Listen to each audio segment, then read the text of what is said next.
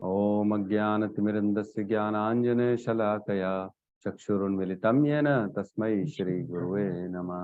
नमो विष्णुपादाय कृष्णप्रेष्ठाय भूतले श्रीमते भक्तिवेदांत स्वामीति नामिने। नमस्ते सरस्वती देवे गौरवाणी प्रचारिणे निर्विशेष शून्यवादी पाश्चात्य देशतारिणे। जय श्री कृष्ण चैतन्य प्रभु नित्यानंद श्री अद्वैत गदाधर श्रीवासादि गौर भक्त वृंद। हरे कृष्णा कृष्णा कृष्णा हरे हरे, हरे राम राम राम हरे हरे। जय हो प्रभु की। ठीक है, तो स्वागत है रोहित प्रभु का भी। तो रोहित प्रभु, आपने पढ़ा है क्या? कल का होमवर्क किया है क्या? आवाज नहीं आ रही प्रभु जी, अनम्यूट करिए ना। भगवतम नहीं है प्रभु जी मेरे पास में, इसमें शेयर किए थे क्या? नहीं, शेयर तो नहीं किए। हमारे दोनों गौतम प्रभु और सत्यम प्रभु ने शेयर नहीं किया कल। नोट किए थे कि वो भी नहीं किए थे? नहीं, नोट किए थे ना प्रभु जी, कौन कौन सा श्लोक पढ़ना है उसे नोट किया था मैंने। अच्छा, ठीक है। गुरु जी, जो शेयर स्वपन किया है प्रभु, जो शेयर किया है उसी को पढ़ा हूँ। तो शेयर तो शेयर किए ही नहीं इन्होंने। नहीं किए। नहीं, अभी जो श्लोक जितना भी 1 से 27 ऐसे कुछ शेयर किया है ना प्रभु जी। गौतम प्रभु जी, आप शेयर किए है ना? प्रभु जी, मैंने वो नाम का, भगवान का जो नाम का है ना, वो बहुत सारे मैंने इम्पोर्टेंट जो महत्व था वो वाले मैंने शेयर किया था। अच्छा अलग अलग अच्छा। जो शास्त्र में मतलब दिया हुआ था, भगवत गीता, भागवतम, अलग अलग भगवान का नाम। गुरु जी, उसी को मैं पढ़ा हूँ और बाकी तो मेरे पास भागवतम नहीं है। अच्छा, जी। तो हमारे होनहार स्टूडेंट्स में से कोई भी नहीं पढ़ा है। ठीक है, वेरी गुड। ठीक है, कोई बात नहीं। कल हमने पढ़ा कि 6 स्कंद दूसरा अध्याय और 9वें श्लोक से लेके 25वें श्लोक तक पढ़ा। फिर 45 और 46, 45 और 46, 45, 46 ये मैंने श्लोक आपको पढ़ के सुनाए थे। तो इसमें हमने देखा कि किस प्रकार विष्णु दूत जो हैं, 4 विष्णु दूत आते हैं अजामिल को उद्धार करने के लिए, है ना। अजामिल आखिरी समय में अपने पुत्र नारायण का नाम लेता है और वो सारे पापों से मुक्त हो जाता है। तो जब ये सुनते हैं, ये देखते हैं यमदूत, तो बड़े परेशान हो जाते हैं। बोले हम तो, हमारा क्लाइंट है, हमने इसको बांध भी दिया, ये तो पापी है, और कैसे इसको अंत समय में नारायण का नाम लिया। तो विष्णुदूत अचानक से प्रकट हो गए, जो कि बड़े ही सुंदर थे और चतुर्भुजी थे, और उन्होंने हमको चमकाया, हमको डांटा और हमारे को वहां से निकलने पे मजबूर कर दिया। बोले ऐसा तो कभी हुआ नहीं जीवन में हमारे साथ। और हैं कौन ये लोग, कैसे आ गए, इनके पास इतनी शक्तियां हैं कैसी? आज तक हमने यमराज के जितने भी काम किए हैं उनमें किसी ने भी कोई भी तरह का विघ्न नहीं डाला है। ये ऐसा पहली बार हो गया, क्योंकि उनके जीवन में भी ऐसा कोई दृश्य हुआ नहीं। उनको मालूम ही नहीं कि यमराज से ऊपर भी कोई है क्या। तो ये सोचते सोचते वे लोग चले गए यमराज के पास। बोले इसका निराकरण निकालना बहुत जरूरी है, अंततः नहीं तो ये तो हमारा ही जो है ना हत्या कर देंगे, हमारे को मार देंगे। ये हैं कौन और इनका शासन कैसे चल रहा है? हमारे तो यमराज सबसे ऊपर है, सबसे ऊपर है, इनसे ऊपर तो कोई है ही नहीं। तो क्यों ये लोग आ गए हैं और हमारे क्लाइंट को अपने पास लेके जा रहे हैं? इसके पीछे का कारण क्या है? तो यमदूत गए और यमदूतों ने अपने यमराज से सवाल किए। तो मैं उसमें थोड़ा सा चलते हैं अपन श्रीमद् भागवतम के इसमें कि क्या बोलते हैं यमराज उनको और किस प्रकार की शिक्षा देते हैं यमराज उनको। ठीक है, 6.3 है ये ना, कैंटो 6 अध्याय 3। ठीक है, यमराज द्वारा अपने दूतों को आदेश। ठीक है, यमदूत बोलते हैं, हे यमदूतों ने कहा, हे प्रभु, इस भौतिक जगत में कितने कितने नियंत्रक या शासक हैं। भौतिक प्रकृति के 3 गुण रजो, सतो तथा तमो के अधीन संपन्न कर्मों की विविध फलों को प्रकट करने हेतु कितने कारण उत्तरदायी हैं। अब वो लोग जाके अपने प्रभु यमराज से पूछ रहे हैं कि भैया कौन कौन है इस भौतिक जगत में जो कंट्रोलर है। हमारे हिसाब से तो आप ही हो, लेकिन आप ही बताओ भैया कौन कौन है, हम तो आपके अंडर में काम कर रहे हैं, हमको समझ में नहीं आ रहा है। फिर कहते हैं, यदि इस ब्रह्मांड में अनेक शासक तथा न्यायकर्ता हों जो दंड तथा पुरस्कार के विषय में मतभेद रखते हों, तो उनके विरोधी कार्य एक दूसरे को प्रभावहीन कर देंगे और ना तो कोई दंडित होगा न पुरस्कृत होगा। अन्यथा यदि उनके विरोधी कार्य एक दूसरे को प्रभावहीन नहीं कर पाते तो हर एक को दंड तथा पुरस्कार देने में दोनों ही देने होंगे। तो कह रहे हैं अगर एक है सबसे ऊपर कंट्रोलर जो सबको पनिशमेंट देता है और पुरस्कार देता है कि उससे ज्यादा हैं, अगर एक से ज्यादा हैं, दो है, तो वो लोग तो आपस में लड़ेंगे। उन दोनों आएंगे, सबको बोले मैं इसको पनिशमेंट दूंगा, मैं इसको पुरस्कार दूंगा, तो आपस में मतभेद हो जाएगा, है ना। ऐसे में कैसे काम चलेगा? दोनों लोग बोलेंगे मैं भी दूंगा, वो भी बोलेंगे मैं भी दूंगा, तो एक आदमी दो दो तरफ से कैसे भोग भोगेगा? ये सवाल कर रहे हैं वो, है ना।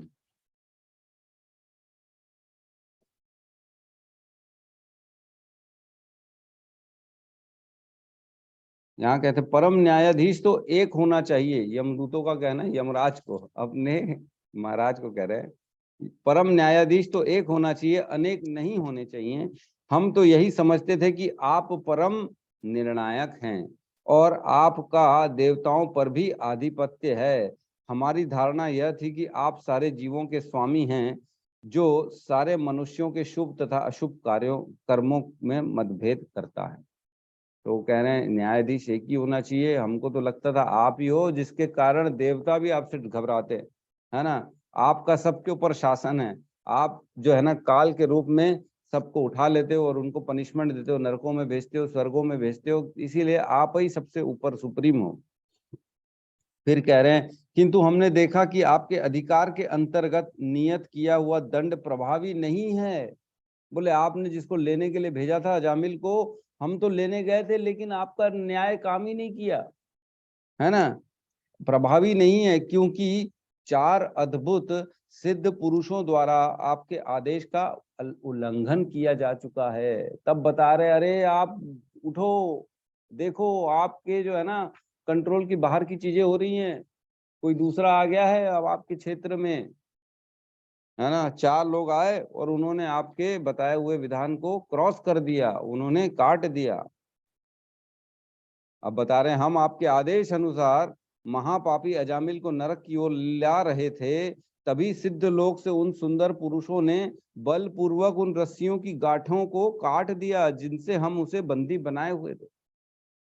बता रहे हैं हमने अजामिल को बंदी बना दिया था, लेकिन उसको काट दिया उन्होंने, सुंदर पुरुषों ने, 4 पुरुषों ने, ना रा य ण 4 पुरुष आए थे। वो लोग जो है ना काट दिया, हमारी रस्सियों को ही काट दिया और भगा दिया, बोले तुम निकलो नहीं तो तुम लोगों को भी हम काट देंगे।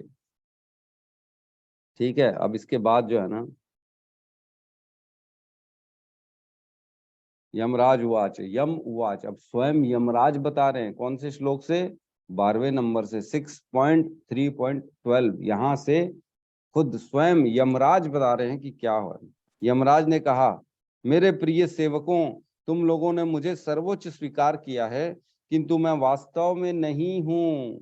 मेरे ऊपर तथा इंद्र एवं चंद्र समेत अन्य सारे देवताओं के ऊपर एक परम स्वामी तथा नियंता है। उनके आंशिक प्राकट्य ब्रह्मा, विष्णु तथा शिव हैं। उनके आंशिक प्राकट्य मतलब उनके अंश से ये लोग प्रकट हुए हैं, जो इस ब्रह्मांड की सृष्टि, पालन एवं संहार के भार को संभालते हैं। वे उन 2 धागों के तुल्य हैं जो बुने हुए वस्त्र की लंबाई तथा चौड़ाई या ताने बाने का निर्माण करते हैं।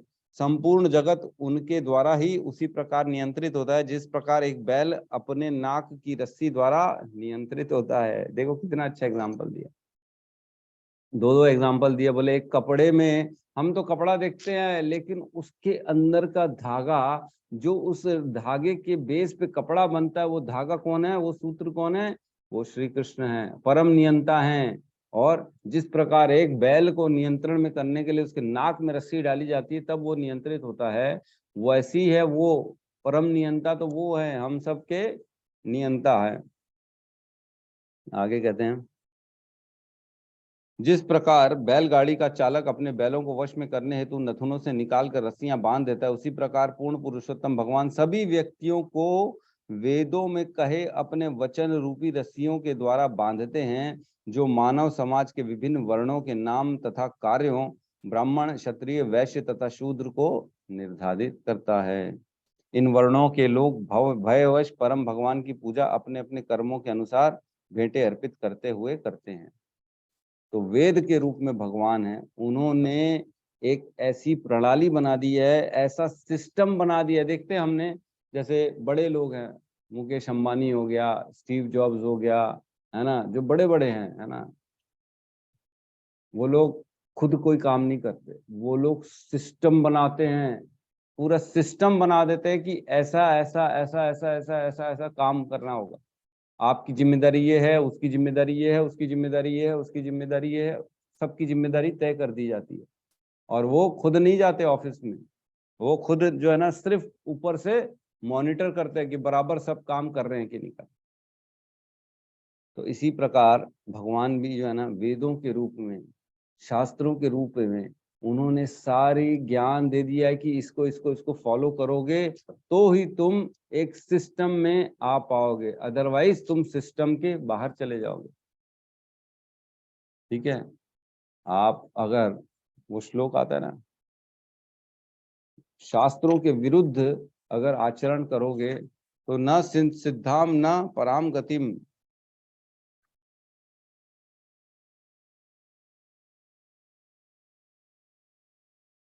हाँ 16.23 खोलेंगे, पेज नंबर 550। इसमें क्या कह रहे हैं भगवान, यह शास्त्र विधिम उत्सृज्य वर्तते काम काराद न सम सिद्धिम अवापनोति न सुखम न पराम गतिम। मतलब जो शास्त्रों के आदेशों की अवहेलना करता है और मन माने ढंग से कार्य करता है, उसे ना तो सिद्धि, ना सुख, ना ही परम गति की प्राप्ति होती है।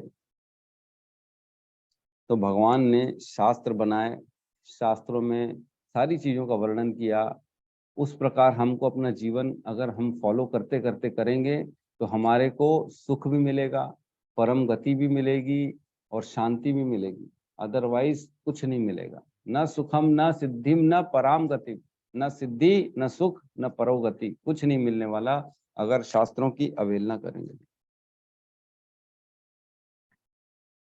क्या और आगे कह रहे हैं, यमराज, मैं यमराज स्वर्ग का राजा इंद्र, निरिषित निर्षति, वरुण, चंद्र, अग्नि, शिव, पवन, ब्रह्मा, सूर्य, विश्वासु, आठों वसु, साध्यगण, मरुतगण, रुद्रगण, सिद्धगण और मरीचि एवं अन्य महर्षि गण जो ब्रह्मांड के विभागीय कार्य को चलाने में लगे रहते हैं, तथा बृहस्पति इत्यादि सर्वोत्तम देवतागण एवं भृगु आदि मुनि गुण, ये सभी प्रकृति के दो नियमों, निम्न गुणों रजो तथा तमो के प्रभाव से निश्चित रूप से मुक्त होते हैं। फिर भी यद्यपि हम सतोगुणी हैं तो भी हम पूर्ण पुरुषोत्तम भगवान के कार्यों को नहीं समझ सकते हैं। समझ रहे हो, भगवान के कार्यों को हम नहीं समझ सकते हैं, तो फिर दूसरों के विषय में क्या बताएं जो मोह के अधीन होने के से ईश्वर को जानने के लिए केवल मानसिक तर्क वितर्क करते हैं। जैसे हम लोग मनुष्यों की बात कर रहे है ना, उनकी तो बात ही क्या है, बोले जो वसी तमोगुण और मोह में फंसे हुए, वो क्या भगवान को जानेंगे जब हम सतोगुणी लोग नहीं जान पाते। देखा किनका किनका नाम लिया, महर्षिगण, सूर्य, इंद्र, चंद्र, वरुण, सारे भृगु, बृहस्पति, कोई नहीं समझ पाता भगवान को।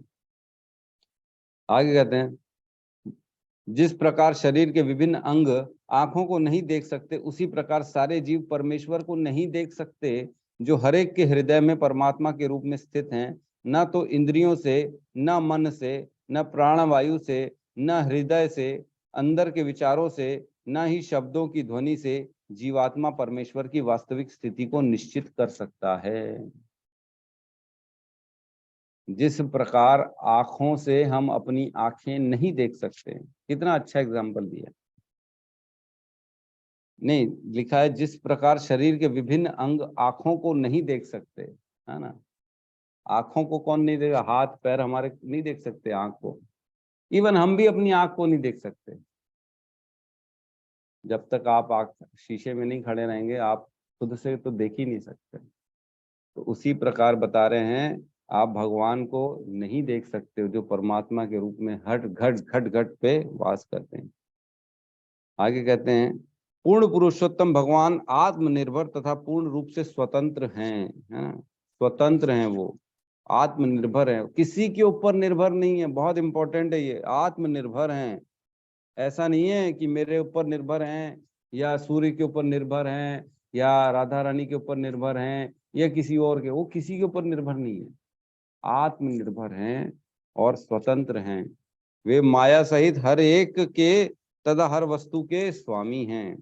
माया के स्वामी भी यही है, देखो लिखा है 17 नंबर श्लोक में, 6.3.17 में लिखा है, माया सहित हर वस्तु के स्वामी हैं।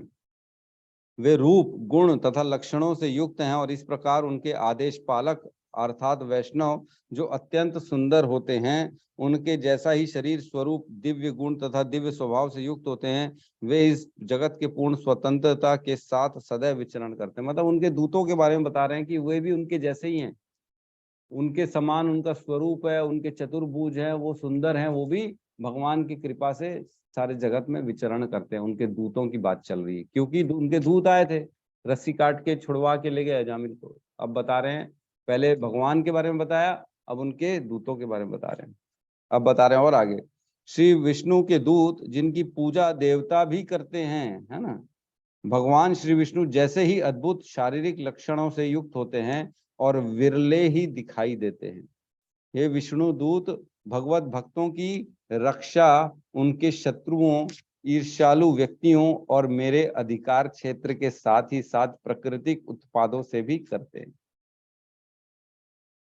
तो भगवान के दूत जो है ना, भगवान के जो भक्त होते हैं, उनकी रक्षा का कार्य है उनके ऊपर, है ना। किस किस से रक्षा करते, देखो बड़ा इंपॉर्टेंट है ना ये स्टोक। ये विष्णु दूत भगवत भक्तों की रक्षा उनके शत्रुओं से करते हैं, पहले दुश्मनों से, ईर्ष्यालु व्यक्तियों से करते हैं और मेरे अधिकार क्षेत्र के साथ ही साथ प्राकृतिक उत्पादों से भी करते हैं। भगवान, एक तो यमराज का अधिकार जहां जहां है, अगर वो विष्णु भक्त वहां पहुंच जाएगा तो वहां से रक्षा कर लेंगे, है ना। और प्राकृतिक उत्पादों से भी करते हैं। हमने देखा कि कहाँ कहाँ बड़े बड़े आपदा आ जाते हैं। केदारनाथ धाम में 4-5 साल पहले आपदा आ गई थी, है ना। पानी, बाढ़ आ जाता है, जो प्राकृतिक स्थितियां होती हैं वहां से भी उनको बचाते हैं। कौन बचाते? विष्णु के दूत बचाते हैं। और यह बार है 6.3.19, ये बड़ा इंपॉर्टेंट है, जिसमें भगवान कहते हैं, यमराज कहते हैं, धर्मम तु साक्षात भगवत प्रणीता, है ना। न वे विदुर ऋषियो न अपि देवा न सिद्ध मुखया असुरा मनुष्या कुतो न विद्याधर आचरण अदाय। ठीक है। वास्तविक धार्मिक सिद्धांत का निर्माण पूर्व पुरुषोत्तम भगवान द्वारा किया जाता है। पूर्णतया सतुगुणी ऋषि तक भी जो सर्वोच्च लोकों में स्थान पाए गए हैं, वे भी वास्तविक धर्म सिद्धांतों को सुनिश्चित नहीं कर सकते।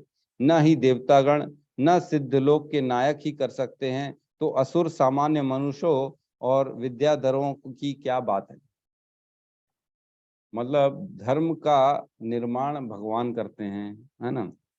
और इवन बोले हम लोग नहीं बोला, भगवान यमराज जी ने अपना नाम नहीं लिया, उन्होंने कहा महान ऋषि ऊपर के लोकों में जो रहते हैं, देवतागण, सिद्ध लोग, तो ये लोग भी भगवान के धर्म को नहीं समझ सकते, तो हम क्या समझेंगे? बोले मनुष्य क्या समझेंगे जो तमोगुणी और रजोगुणी में बिजी रहते हैं, है ना। फिर वो बता रहे हैं 12 महाजन के बारे में, कि जो धर्म की स्थापना करते हैं, जो धर्म को जानते हैं, वो 12 लोग हैं टोटल। ये बहुत इंपॉर्टेंट श्लोक आता है, कई जगह वर्णन होता है कौन है 12 महाजन।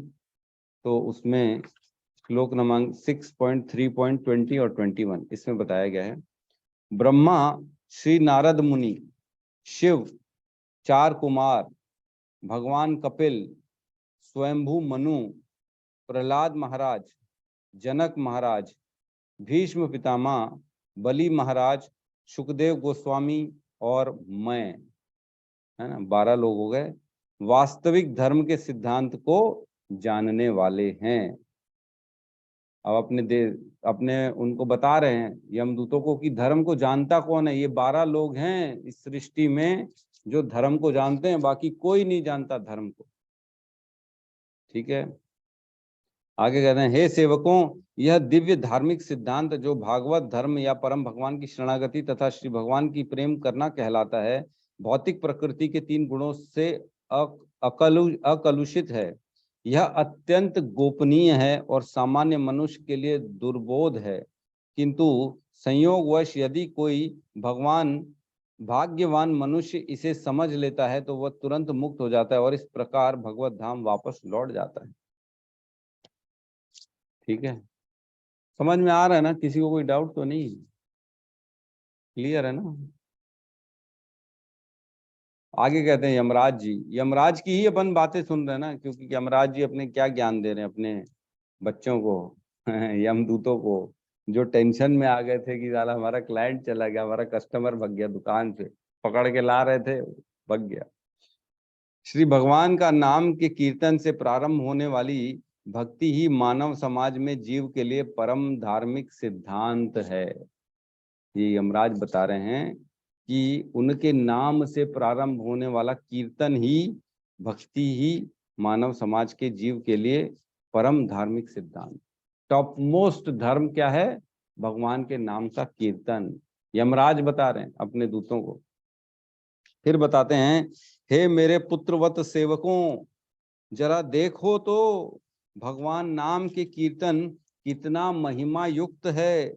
महापापी अजामिल ने यह न जानते हुए कि वह श्री भगवान के पवित्र नाम का उच्चारण कर रहा है, केवल अपने पुत्रों को पुकारने के लिए नारायण नाम का उच्चारण किया। फिर भी श्री भगवान के पवित्र नाम का उच्चारण करने से उसे श्री नारायण का स्मरण किया और इस प्रकार वह तुरंत मृत्यु के पाश से बचा लिया गया।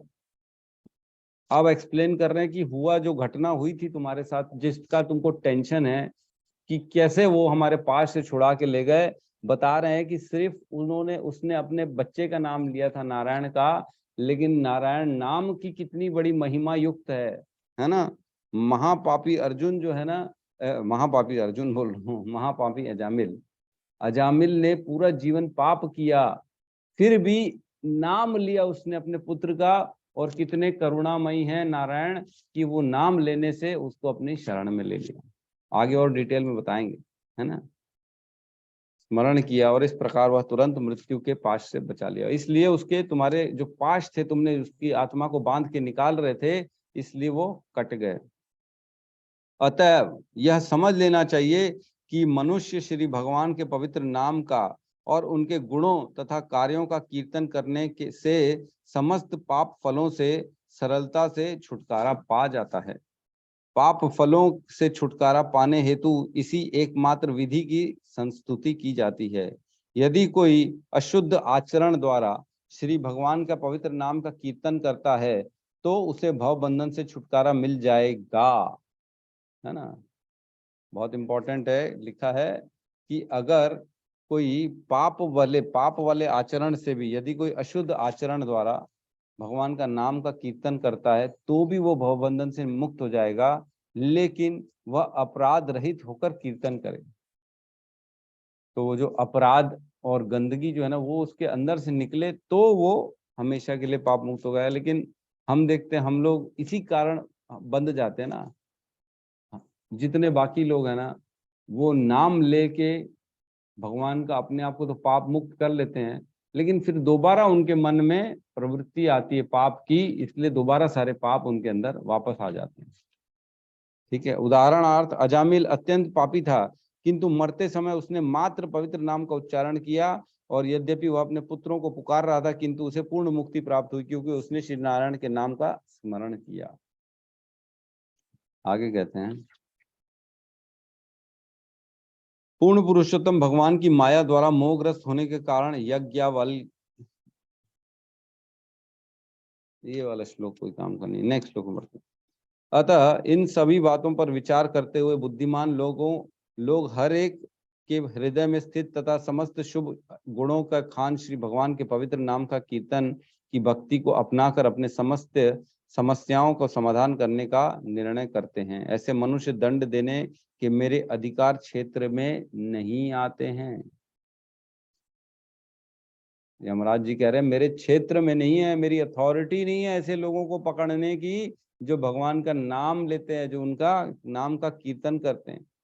सामान्यतः वे कभी कोई पाप कर्म नहीं करते, किंतु वे यदि वे भूलवश या मोहवश कभी कोई पाप कर्म करते हैं तो वे पाप फलों से बचा लिए जाते हैं, क्योंकि वे सदैव हरे कृष्ण महामंत्र का कीर्तन करते हैं। कितना इंपॉर्टेंट है, देखो यमराज जी भगवान के नाम का कितना गुणगान कर रहे हैं, डिटेल में बता रहे अपने सेवकों को कि किस प्रकार भगवान का नाम पापों से मुक्त कर देता है, मृत्यु के पाश से छुटकारा करा देता है ना। वो कभी भी मेरे अधिकार क्षेत्र में ही नहीं आते, बोलते हैं यमराज जी, अथॉरिटी के बाहर हैं ऐसे लोग, बोलते हैं। आगे कहते हैं, हे मेरे प्रिय सेवकों, ऐसे भक्तों के पास मत जाना, बोल रहे मत जाना ऐसे लोगों के पास, क्योंकि वे पूर्ण पुरुषोत्तम भगवान के चरण कमलों में पूर्ण रूप से शरणागत हो चुके होते हैं। वे समदर्शी होते हैं और उनकी गाथाएं देवताओं तथा सिद्ध लोकों के निवासी द्वारा गाई जाती हैं। तुम लोग उनके निकट भी मत जाना, वे पूर्ण पुरुषोत्तम भगवान की गदा द्वारा सदैव रक्षित रहते हैं, इसलिए ब्रह्मा तथा मैं और काल भी उन्हें दंड देने में समर्थ नहीं है। कोई समर्थ नहीं है उनको दंड देने में जो भगवान की शरणागति में है। भगवान की चरण में पहुंचो तो आप सब चीजों से मुक्त हो जाओगे, टेंशन रहित हो जाओगे। इस संसार में कोई भी दंड देने वाला नहीं रहेगा।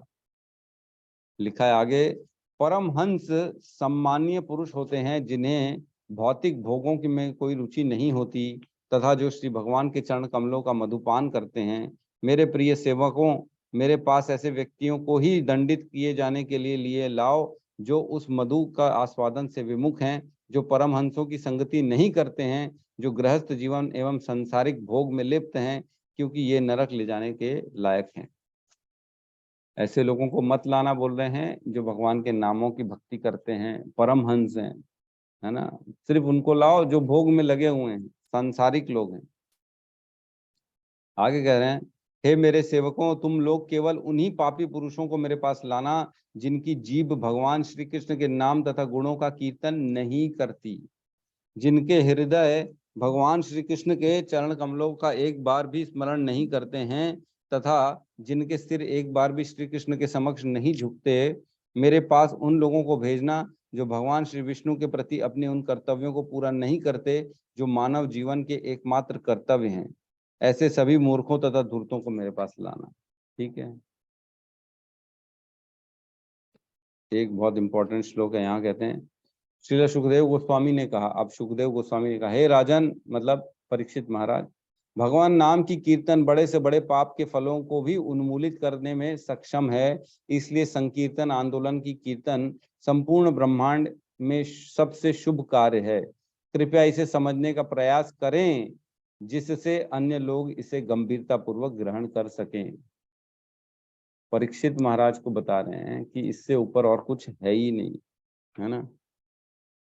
आगे कहते हैं, जो व्यक्ति भगवान नाम का निरंतर श्रवण तथा कीर्तन करता है और भगवान के कार्य का श्रवण तथा कीर्तन करता है, वह बहुत ही सरलता से शुद्ध भक्ति पद को प्राप्त कर सकता है जो उसके हृदय के मैल को शुद्ध करने वाला है। केवल व्रत रखने से या तथा वैदिक कर्म कांड संपन्न करने से ऐसी शुद्धि प्राप्त नहीं की जा सकती है ना। अनेक अनेक व्रत कर लेंगे, नवरात्रे कर लेंगे, गणेश जी आए हैं तो बोले अब हम गणेश जी में प्याज लहसुन नहीं खाएंगे, नंगे पैर चलेंगे धूपों में, बोले नहीं नहीं अभी नवरात्र चल रहा है, मैंने व्रत लिया है, मैं चप्पल नहीं पहनूंगा। लोग दाढ़ी नहीं कटाते हैं, बाल बड़े कर लेते हैं, नाखून नहीं काटते हैं, बोले अलग अलग तरह की हम उपवास तपस्या कर रहे हैं क्योंकि ये माता का पावन दिन आया है ना। ये सब करने से लिखा है, केवल देखो बहुत लास्ट लाइन क्या लिखी, केवल व्रत रखने से तथा वैदिक कर्म कांड संपन्न करने से ऐसी शुद्धि प्राप्त नहीं की जा सकती है। कितना ही कर लो, कुछ नहीं होने वाला। बता रहा है ना, सिर्फ और सिर्फ कृष्ण का नाम कीर्तन, ये जो प्रदान करता है ना, कुछ भी कोई भी चीज से प्राप्त नहीं किया जा सकता। ठीक है, तो इस प्रकार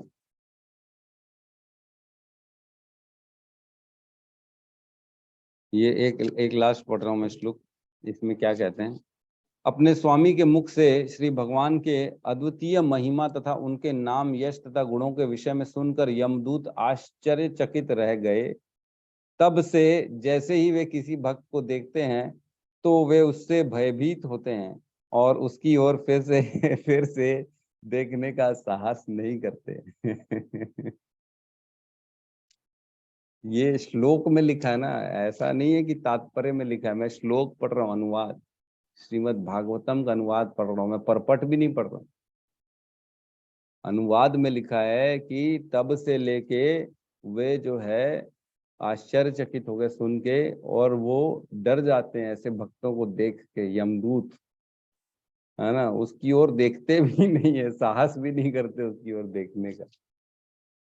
मतलब आप लोग चैंटिंग कर रहे हो तो आप लोग डरा रहे हो उन लोगों को।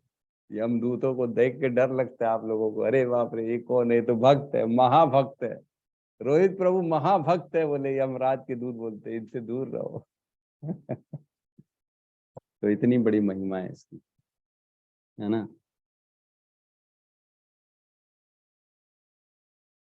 अच्छा, वो भी बता रहे हैं कि कौन बताया, जब कुंभ के पुत्र अगस्त्य मुनि मलय पर्वत पर निवास कर रहे थे और पूर्ण पुरुषोत्तम भगवान की पूजा कर रहे थे, तो मैं उनके पास गया और उन्होंने मुझे यह गुह्य इतिहास बतलाया। तो श्रील सुखदेव गोस्वामी जो थे, उनको किसने बताया, बता रहे हैं ये इसके बारे में उनको बताया, कुंभ के पुत्र अगस्त्य मुनि मलय पर्वत पर रहते थे, उन्होंने बताया। ये आज पूरा जो अजामिल उपाख्यान जो है ना, अजामिल की स्टोरी, वो उन्होंने बताई थी। ठीक है, तो मेरा फोकस इसलिए था क्योंकि अजामिल का बहुत इम्पोर्टेंट है जो टॉपिक है। सभी भक्तों को इस्कॉन के ये दो चार चीजें जो है ना, अजामिल हो गया और क्या बोलते हैं गोकर्ण हो गया, और कौन है एक और जो है,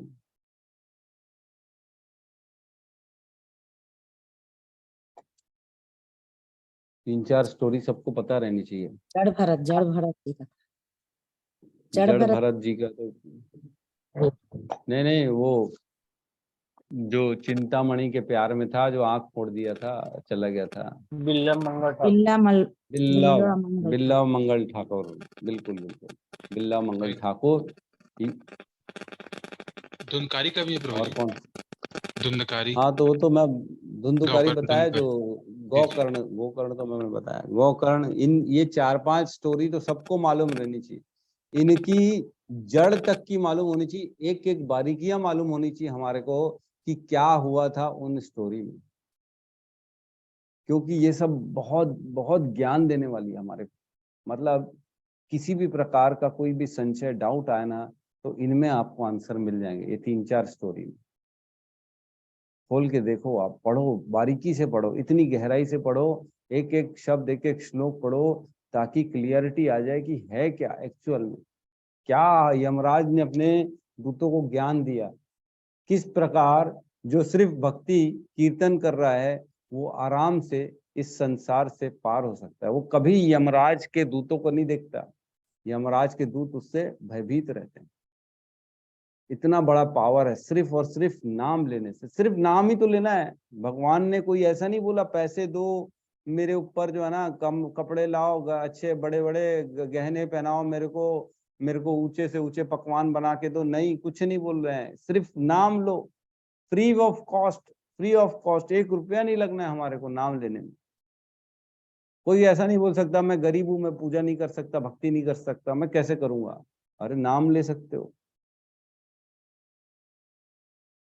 हाँ, एक श्लोक आता है, उसमें वर्णन आता है, वो श्लोक उसमें मेरे पास लिखा था लेकिन ढूंढना पड़ेगा। उसमें लिखा है कि मनुष्य जो है ना, एक नाम में इतना पावर है, इतना पावर है, वो इतनी इतनी सफाई कर सकता है कि पूरा जीवन अगर जघन्य से जघन्य अपराध भी करे ना आदमी, उतने पापों को भी एक नाम ऐसे चुटकी में उसको साफ कर सकता है। इतना पावर होता है नाम। जितना इंसान में पावर नहीं है पाप करने का, उससे ज्यादा पावर है भगवान के नाम में उसको साफ करने का, है ना। तो ये श्लोक है एक, तो मैं ढूंढ के आज डाल दूंगा ग्रुप में, उसमें ये लिखा हुआ है सर। तो भगवान के नाम की महिमा बहुत बहुत अनंत है। तो इस प्रकार हम जो है ना आज अजामिल उपाख्यान किया हमने।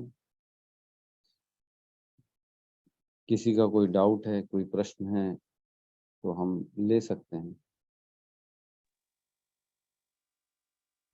प्रभु जी वो 4 आए थे, उनका नाम भी है क्या? नारायण अलग अलग नाम भी है क्या? ना का, रा का, ऐसा? नहीं नहीं नहीं नहीं, नहीं ऐसा नहीं है। 4 तो अंडरस्टैंडिंग के लिए है कि आप इजीली याद रहे, नारायण, तो इससे याद रहने के लिए कि 4 आए, क्योंकि 4 अक्षर के हैं भगवान का, इस प्रकार। ठीक है गुरु जी, जी भगवान प्रभु। को जैसे प्रसाद हम खरीदने में हमारे पास सामर्थ्य नहीं है, तो भगवान तुलसी जल से भी संतुष्ट हो जाते हैं। बिल्कुल हो जाते हैं, बिल्कुल हो जाते हैं। पुत्रम पत्रम पुष्पम फलम तोयम यो में भक्त्या प्रणश्यति।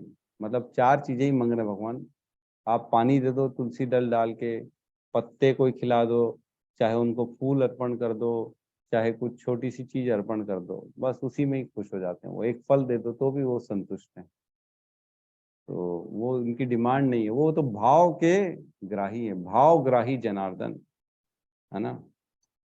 एक मैंने आपको सुनाया था शायद पहले भी।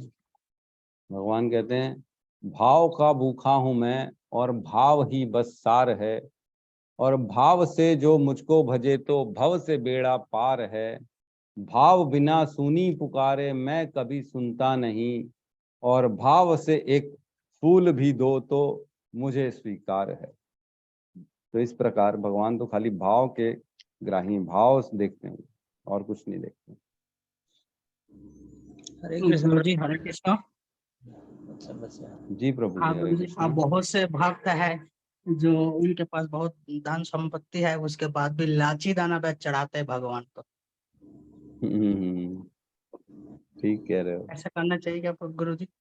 देखो इसमें ऐसा है कि मेरी बात सुनिए, हम उनकी ना ज्ञान की दशा नहीं मालूम, वो क्या सोच रहे हैं इसके ऊपर डिपेंड करता है। उनको अज्ञानता है, उनको मालूम ही नहीं कि भगवान को क्या क्या भोग अर्पण करना चाहिए, भगवान खाते कि नहीं खाते। वो तो खाली ऐसे ही बच्चे हैं, छोटे लड्डू गोपाल, उसके नाम में छोटी छोटी इलायची की दाने रख दिए। वो सोचते हैं कि ये छोटा बच्चा इतना ही खाएगा, इससे ज्यादा नहीं खाएगा। तो ऐसा मनोदिशा जो है ना, वो मूर्खों की कहलाती है। वो मूर्ख की कैटेगरी में आएंगे जिनके पास ज्ञान नहीं है, अज्ञानी है वो लोग।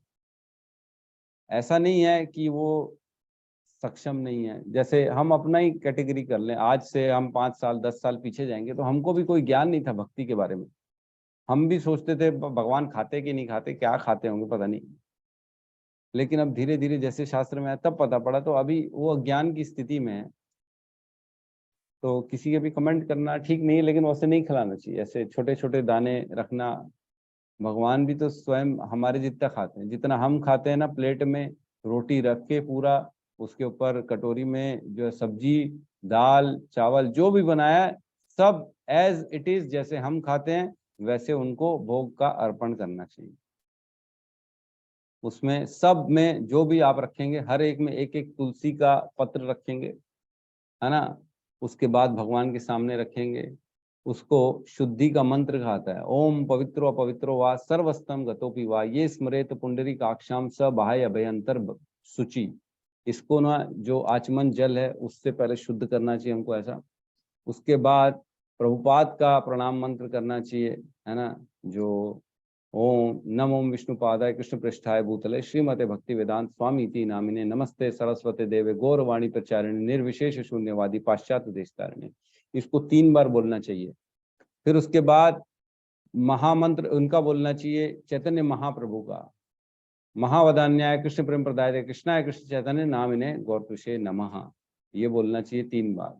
फिर भगवान कृष्ण का मंत्र बोलना चाहिए जो है अपना नमो ब्राह्मण देवाय गो ब्राह्मण हिताय च जगत हिताय कृष्णाय गोविंदाय नमो नमः, ये 3 बार बोलना चाहिए।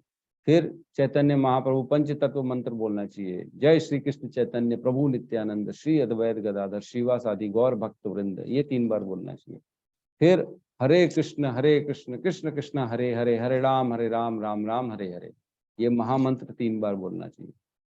फिर भगवान के सामने हाथ जोड़ के विनती करनी चाहिए। ऐसा नहीं है कि हमने बोल दिया और वो बैठे हैं खाने के लिए तैयार, ऐसा नहीं है। कोई भी घर में आता है तो हमको उसको बोलना पड़ता है, लीजिए ना प्रभु जी। बाहर का आदमी आता है तो उसके साथ में बैठ जाते प्रेम से, लीजिए ना, एक तो लीजिए, एक तो लीजिए, कुछ तो पीजिए। ऐसे कैसे जाएंगे आप? हम बाहर वालों को बोलते हैं तो हमको भगवान को उससे ज्यादा बोलना चाहिए। हाथ जोड़ के मस्तक झुका के विनती करनी चाहिए, प्रभु गलती हो गई तो माफ कर दो, अज्ञानी हूं मैं तो छोटा हूं, नादान हूं, लेकिन आप मेरी सेवा स्वीकार करो, भोग ग्रहण करो, अन्यथा मैं कैसे ग्रहण करूंगा? अगर आप नहीं खाओगे तो हम कैसे खाएंगे, है ना? इस प्रकार से उनको बोलना चाहिए। आप लेंगे तो हम पे बहुत कृपा होगी, तब जाके ये प्रसाद हम सब ग्रहण कर पाएंगे। आप कृपा करके मेरी ये भक्ति, मेरी छोटी सी जो है ना ये विनती स्वीकार करें। दंडवत करना चाहिए, फिर उनका कर्टन बंद कर देना चाहिए। 5 मिनट पूरे छोड़ने चाहिए भगवान के सामने भोगा को, 5 मिनट, उससे कम नहीं, 5 मिनट तक छोड़ना चाहिए, क्योंकि खाने में समय लगता है किसी को भी। वहाँ आएंगे, भगवान ग्रहण करेंगे, 5 मिनट लगेगा। 5 मिनट बाद जाके आपको, पहले जैसे हम कहीं घुसते हैं ना बड़े ऑफिसर के घर में, नॉक नॉक, मे आई कम इन सर, करते हैं कि नहीं करते? ऐसे ही भगवान के सामने हमको भी नॉक करना चाहिए या पूछना चाहिए, प्रभु मैं क्या अंदर आ सकता हूँ? फिर हम पूछ के कर्टन हटाना चाहिए। फिर उसके बाद प्रणाम करके, क्योंकि प्रसाद हो चुका है वो, उसको फिर उठाना चाहिए और उसको फिर मिलाना चाहिए पूरे में, अपने भोगा में, जितने भी आपका घर का बचा हो ना, जो भी पहले बने, जो भी सबसे पहले खाने के लिए ठाकुर जी के पास जाना चाहिए। ऐसा नहीं कि हम खा रहे हैं, घर वाले खा रहे पहले और फिर बाद में ठाकुर जी खा रहे हैं, ऐसा नहीं होना चाहिए। ठीक है राहुल प्रभु, कुछ क्वेश्चन है क्या? हरे कृष्ण प्रभु जी, दंडवत प्रणाम। जी प्रभु जी, हरे कृष्ण। जैसे कि अजामिल का आपने बताया कि उन्होंने लास्ट समय में अपने पुत्र के नाम ले रहे थे, तो उनका तो भाव ऐसा था नहीं कि भगवत प्राप्ति करना है, तो फिर उनके लिए भगवान विष्णु दूत भेजे। उनका अगर जब भाव नहीं था तो फिर कैसे संभव हुआ प्रभु जी? देखो, भाव हो चाहे नहीं हो, वही हमने कल भी डिस्कशन किया। आप किसी भी भाव से अगर जहर पिएंगे या कोई भी जहर पीता है तो वो जहर अपना काम करता है ना? वो मारने का काम करेगा ही करेगा, चाहे जबरदस्ती पियो, चाहे प्रेम से पियो, चाहे मजे में पियो। क्या गलती से पिला दिया गया था? जहर जहर का काम करेगा। वैसे ही भगवान का नाम का काम करेगा ही करेगा, चाहे भाव से लो, चाहे गलत सोच के लो, चाहे हाथ से लो, मजे में लो, चाहे किसी को कमेंट करो, कैसे भी करो। लेकिन तकलीफ यहाँ पे ये आती है कि जो लेने वाला है ना नाम, वो नाम लेने के बाद अपनी जो प्रवृत्ति होती है मन की, पाप करने की, उसके कारण वो दोबारा उन पापों को खींच लेता है अपने पास, है ना?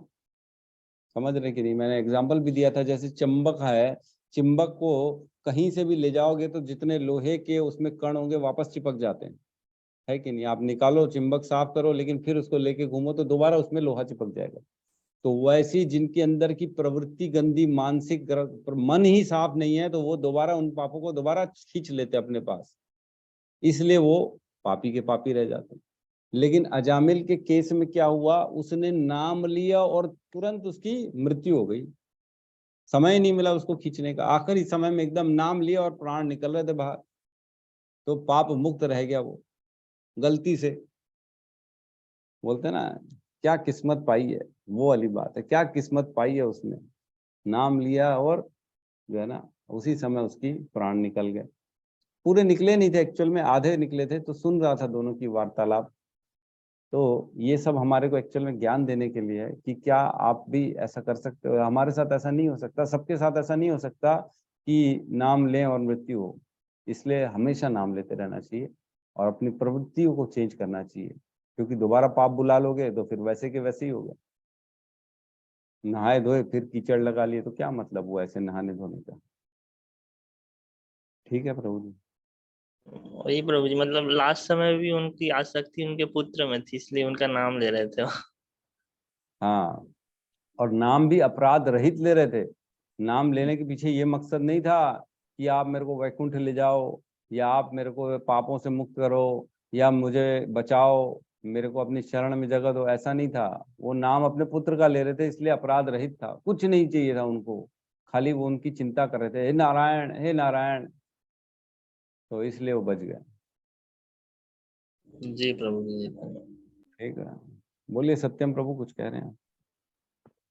प्रभु जी, जो अभी वाला बात हो रहा था ना कि मतलब भगवान के नाम में इतने पापों को काटने की शक्ति है जितने पाप मनुष्य कर भी नहीं सकता। तो ये 6.13.8 से हो सकता है क्या प्रभु जी, श्रीमद् भागवतम? 6.13.8। हाँ प्रभु।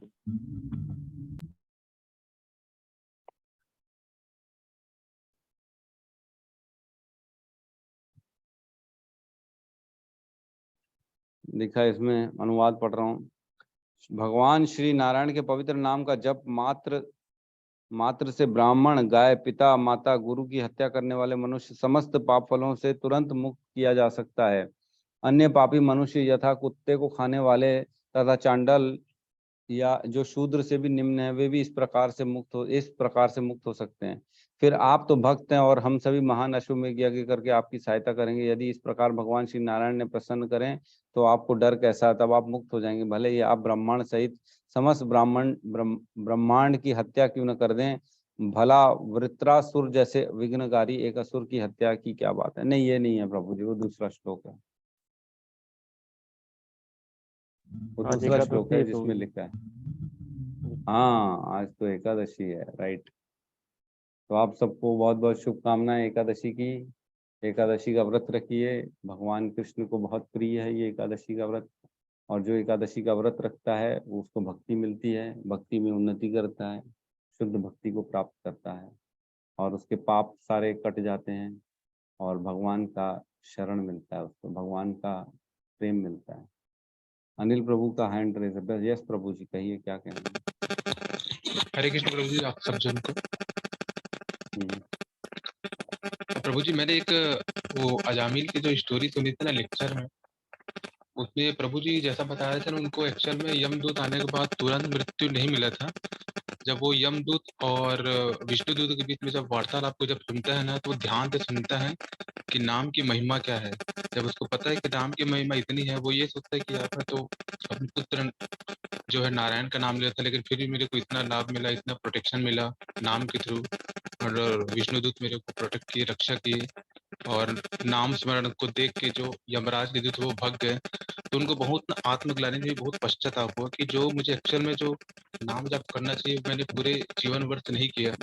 तो लेक्चर में हमको ये भी बताया गया एक्चुअल में अजामिल स्टार्टिंग में वो ब्राह्मण था, मतलब वो पूजा पाठ करता था, भगवान का स्मरण करता था, लेकिन कुछ ऐसी घटना घटता है जिसकी वजह से उसका जो माइंड है वो डाइवर्ट हो जाता है, फिर वो पाप कर्म में लिप्त हो जाता है। फिर वो पाप कर्म में इतना ज्यादा लिप्त हो जाता है कि वो सब नाम स्मरण पूजा पाठ वो सब भूल जाता है। फिर जो स्टोरी जब आती है, यमदूत जब आते हैं उसको प्राण हरने, तभी वो अपने पुत्र का नाम लेता है नारायण नारायण। तो जब एक्चुअल में जब घटना घटित हो जाता है, यमदूत चले जाते हैं, विष्णुदूत चले जाते हैं, तो आने के जो 10 वर्ष, मतलब आगे का जो 10 वर्ष है, वो हरिद्वार में जाके ना वो नाम स्मरण करता है पूरे लाइफ, जो भी उनके पास जो जीवन रहता है। तो आने वाले वर्षों में जब वो नाम स्मरण करते हैं, उसके फलस्वरूप फिर वो उनकी मुक्ति होती है प्रभु जी। ऐसा मैंने सुना था, तो वही बस शेयर करना था प्रभु जी।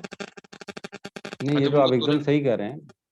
ये तो हमने पढ़ा भी ना कि जब आत्मा निकाल रहे थे तब विष्णु दूतों ने वापस काट दिया और वापस उसकी आत्मा को उसके शरीर में डाल दिया था। फिर उनके 10 साल तक वो रहे, हरिद्वार चले गए, वहां उन्होंने पूरा नाम लिया, भगवान का शुद्ध नाम लिया और वहां पे भगवान की स्तुतियां भी की। तो अजामिल की स्तुतियां भी हैं हमारे शास्त्रों में, हम उनको भी पढ़ेंगे तो मिल जाएंगे स्तुतियां। इस प्रकार फिर वो आखिरी में वैकुंठ लोग गए। और आप थे कि नहीं पता नहीं कि उनकी स्टोरी भी हमने बताई कि किस प्रकार वो क्यों ये सब चीजों में लिप्त हो गए। ब्राह्मण तो थे लेकिन उनके पिछले जन्म की भी हमने कल घटना बताई थी, आप थे कि नहीं पता नहीं, क्यों वो ऐसा उनका पतन हुआ। हाँ, उनका पतन हुआ, कल थी वो, हमने डिस्कशन किया।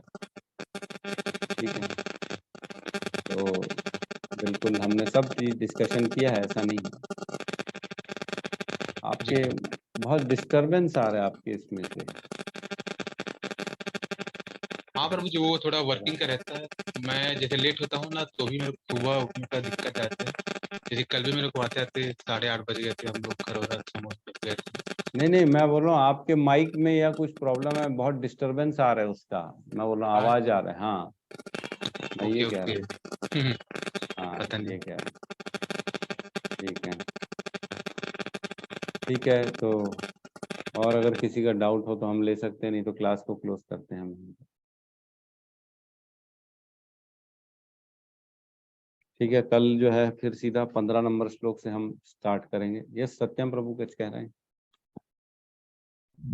जैसे ये नारायण वाला अजामिल के द्वारा नाम लिया गया था प्रभु जी, मैं यही कहना चाहता हूँ कि पहले के टाइम पे ज्यादातर जितने भी मतलब क्या कहते हैं जन्म लेते थे, सभी के नाम जो है भगवान के नाम पे ही रखने आते थे इसी कारण से। अभी जो आज के टाइम पे जल्दी नहीं होता है, लेकिन पहले के टाइम पे सभी के ज्यादा नाम रखते थे। बिल्कुल बिल्कुल, तभी तो कहते हैं ना, मिलते हैं किसी से भी तो हम राम राम करना चाहिए। फोन उठा रहे हैं, रख रहे हैं, हरे कृष्णा करना चाहिए, तो भगवान का नाम डालना चाहिए। सब good morning, good night, good evening में कुछ नहीं रखा है, कुछ नहीं मिलने वाला इन सब बोल के। आप राम राम बोलोगे तो उसी में ही उद्धार हो जाएगा। तो इसीलिए तो पहले बच्चों का नाम ही भगवान का नाम रखते थे, ताकि बात बात में भगवान का स्मरण रहे न। मतलब अज्ञात स्वीकृतियां बोलते हैं इसको, अज्ञात स्वीकृति, जाने अनजाने में ही हमको स्वीकृति मिल जाए भगवान की, आशीर्वाद ग्रहण कर ले, भगवान का कृपा प्राप्त कर ले। इसलिए बच्चों का नाम भगवान का नाम रखते थे, तो रखना चाहिए। और मैं तो उसके बाद से अपने बेटे को गौरांग बोलना चालू कर दिया। उसका नाम ऋषित है लेकिन हम घर में उसको गौरांग बोलते हैं, हरि गौर, ताकि कम से कम भगवान का नाम उच्चारण हो। ठीक है, अमृत प्रभु कुछ कहना चाह रहे हैं क्या? नहीं प्रभु जी, आप तो क्या बताओ, और आगे निकल रहे हो। हम हाँ, नहीं, ये सब छोटी छोटी चीजें आप भी अपने घर में अपने बच्चों का नाम, एक निक नेम तो ऐसे घर में कुछ भी बोल ही सकते हैं, वो रख लो आप। मेरे पास नहीं है प्रभु जी। हाँ, बच्चे नहीं है, कमरों का नाम रख लो आप, अपने घर का नाम रख लो, कमरों का, हाँ वो क्लिनिक का नाम रख लो। हाँ प्रभु जी। ठीक है, तो क्लोज करते हैं। आज 7 बज गया, सब मिलके हरे कृष्ण महामंत्र का जाप कर लेते हैं। ठीक है, हरे कृष्णा हरे कृष्णा हरे कृष्णा कृष्णा हरे कृष्णा कृष्णा कृष्णा हरे हरे हरे हरे हरे राम हरे हरे राम राम, हरे राम राम हरे राम हरे। हरे हरे। सभी भक्त वृंद सभी की भक्त जय। वृंद की जय। जय जगत गुरु शील प्रभुपाद की जय। जय। निताई गौर प्रेमानंदे हरि हरि हरि बोल। हरि बोल।